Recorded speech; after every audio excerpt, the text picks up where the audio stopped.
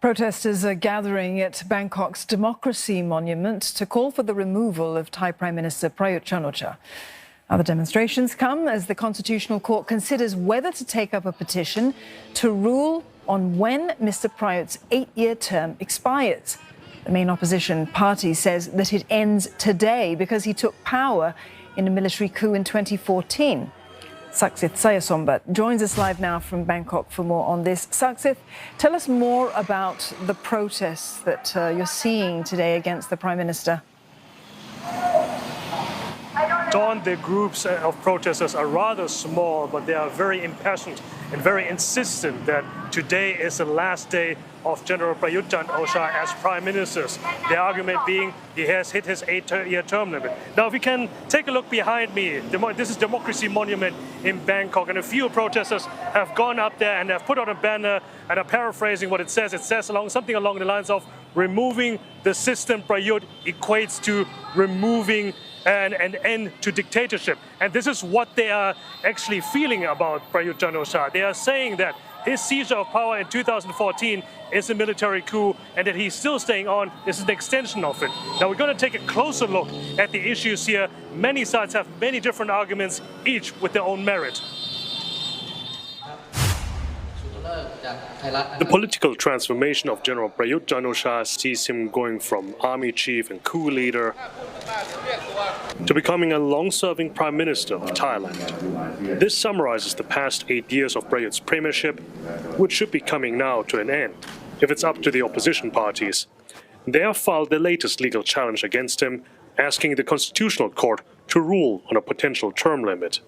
The opposition thinks that they have a good case, and this is their key argument. Section 158 of the Thai constitution says that no prime minister can stay in office for longer than 8 years. Sounds simple, right? Well, the question is, when do those 8 years start? The opposition says right here, in August 2014. That's when he became prime minister for the first time, appointed a couple months after the military coup. That is almost exactly 8 years ago, so that's why his time would be up. But it's not that simple. That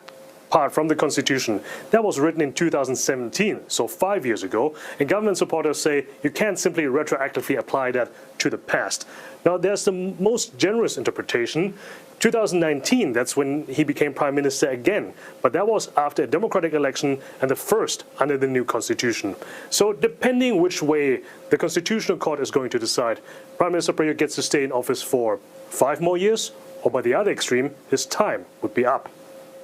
It's not clear yet when the Constitutional Court will deliver a verdict on this.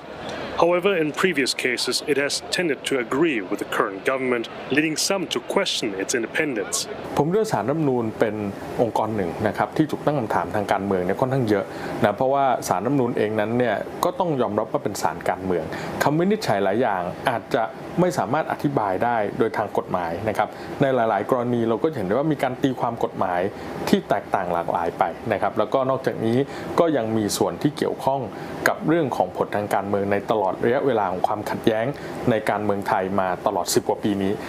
Nevertheless, the opposition appeared confident that the judges will rule in their favor. ศาลรัฐธรรมนูญเป็นศาลที่ใช้ทั้งข้อเท็จจริงข้อกฎหมายโดยเฉพาะเจตนารมณ์นะครับของรัฐธรรมนูญเข้ามาเป็นองค์ประกอบในการวินิจฉัยข้อเท็จจริงจะมีผลมากเพราะสิ่งที่เจตนารมณ์ของรัฐธรรมนูญเขียนไว้ชัดก็คือว่าอยู่ยาวผูกขาดอำนาจเกิดวิกฤตการเมืองเนี่ยนะครับ3 เรื่องเนี่ยมันจะเป็นเรื่องที่ผมเชื่อว่าศาลรัฐธรรมนูญหยิบเข้ามาดู Democratic elections are expected sometime next year,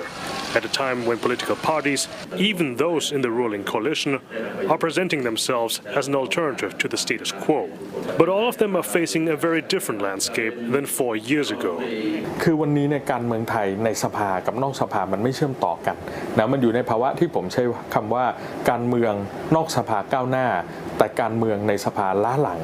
นะเพราะว่าการเมืองนอกสภาประชาชนเรียกร้องข้อเรียกร้องมากมายความเดือดร้อนจากเรื่องเศรษฐกิจความเดือดร้อนจากโควิด -19 นะครับเรื่องความชอบธรรมทางการเมืองของพลเอกประยุทธ์นะต่างๆมีอย่างกว้างขวางแต่ในสภาการตัดสินใจเป็นเรื่องอำนาจของคนกลุ่มหนึ่งเท่านั้น Prayut has for a while now evaded questions about the 8-year term limit.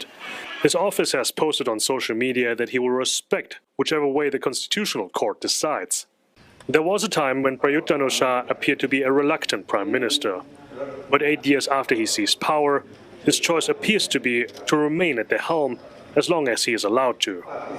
Saksit Sayasombat, CNA Bangkok. Saksit, what, if anything, has the Prime Minister said about this issue? I mean, is anybody from his cabinet commenting on this? The short answer of Prayut is nothing. He has been very reticent about this issue. He has evaded questions about that, and today was no different. He actually skipped his regular post-cabinet weekly presser, not saying nothing at all. He actually excused himself to the reporter, saying that he has a sore throat. Now, even though whether or not this is true, that's another matter. But we're not going to hear anything from Prayut himself. We're also not expecting any action whatsoever in the coming days. Now, the Constitutional Court is expected to come to its weekly meeting on Wednesday, and that's where they could decide whether to take on this case or not. And even if they take on this case, it's still going to be a couple of weeks when they're going to deliver a verdict. So this goes to show that the government, on this hand, they are very unconcerned about this issue. And even though this might be dragging on, but the people behind me, they're not going to be happy about any of these developments.